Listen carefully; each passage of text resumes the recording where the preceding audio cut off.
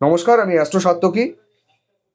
আমরা জ্যোতিষশাস্ত্রে অনেক রাজযোগ নিয়ে আলোচনা করি, যেমন বৃহস্পতি চন্দ্র ক্ষেত্র সিংহাসন যোগ। কিন্তু শুনে রাখুন, এই যোগ শুধুমাত্র নামমাত্র। যদি আপনার জন্মছকে দুটো শুভ গ্রহের মধ্যে সম্পর্ক হয়ে থাকে, তাহলে অবশ্যই সেই যোগ রাজযোগের সমান। কিন্তু এই রাজযোগ যদি আপনার জন্মছকে থেকেও থাকে এবং আপনার লগ্ন বা নবম ভাব কোনোভাবে ডিস্টার্ব থাকে, বা লগ্নপতি নবমপতি কোনোভাবে দুর্বল থাকে, তাহলে হাজার রাজযোগ থাকলেও আপনি জীবনে উন্নতি করতে পারবেন না।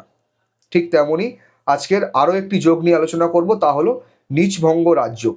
যদি কোনো গ্রহ নিচস্থ হয়, অর্থাৎ যে স্থানে নিচস্থ হলো এবং সেই স্থানের লর্ড যদি সেই স্থানেই অবস্থান করে এবং দুটো গ্রহ যদি 7.5 ডিগ্রির মধ্যে কনজাংশন করে, তাহলে কিন্তু নীচভঙ্গ রাজযোগ তৈরি হয়। এবং নীচভঙ্গ রাজযোগ তৈরি হলে কি হয়, ওই জাতক জাতিকাকে প্রথম জীবনে প্রচুর স্ট্রাগল করতে হয়, কিন্তু পরবর্তী জীবনে সে যথেষ্ট উন্নতি করে থাকে।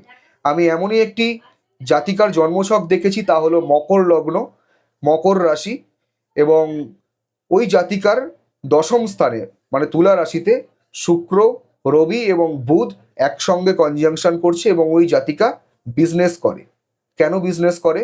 এর কারণ হচ্ছে ওই জাতিকার জন্মছকে 7th আর 6th-এর মধ্যে সব থেকে বেশি পাওয়ারফুল হচ্ছে 7th হাউস। চাকরি বা বিজনেস কোনটা করব, কোনটার প্রতি আমাদের আকর্ষণ বেশি হবে, তা দেখতে গেলে সবার আগে সিক্সথ হাউস আর 7th হাউস, এই দুটো হাউসের মধ্যে যে হাউস সব থেকে বেশি পাওয়ারফুল এবং যে হাউসে শুভ গ্রহের দৃষ্টি থাকে, সেই হাউস সংক্রান্ত কাজকর্ম আমরা করে থাকি।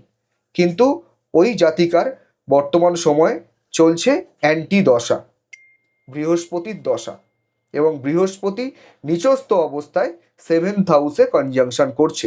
ফলত ওই জাতিকার বর্তমান সময় কাজকর্ম খুব একটা ভালো চলছে না, কাজকর্মের ক্ষেত্রে অবনতি ঘটছে। এর কারণ কি? বৃহস্পতি 7th হাউসে আছে। বৃহস্পতি হচ্ছে মকর রাশি সাপেক্ষে দ্বাদশপতি, এবং দ্বাদশপতি বৃহস্পতি 7th হাউসে গিয়ে পাওয়ারফুল হয়েছে, অর্থাৎ 7th হাউসের ক্ষতি হয়েছে।